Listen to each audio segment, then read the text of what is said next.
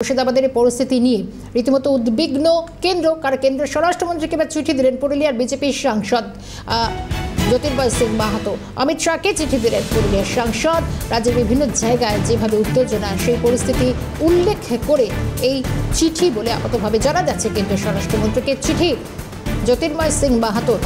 আর একটু পরিস্থিতি নিয়ে জানবো, প্রীতিশ রয়েছেন আমাদের সঙ্গে। প্রীতিশ, জায়গায় জায়গায় উত্তেজনা এবং কি কি বিষয় এই চিঠিতে উল্লেখ করা হয়েছে?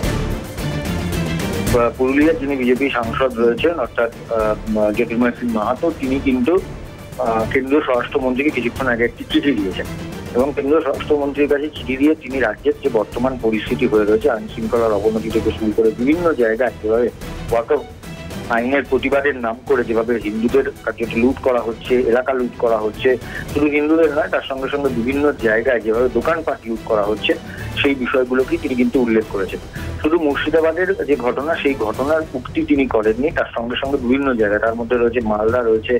মালদাতেও কিছুদিন আগে উত্তেজনার ঘটনা ঘটেছে। কিছুক্ষণ আগে শিল্পা মিত্র চৌধুরী তিনি দাবি করেছেন যে বেছে বেছে হিন্দুদের উপর আক্রমণ চালানো হচ্ছে এই ওয়াকফ আইনের প্রতিবাদ দেখাতে গিয়ে।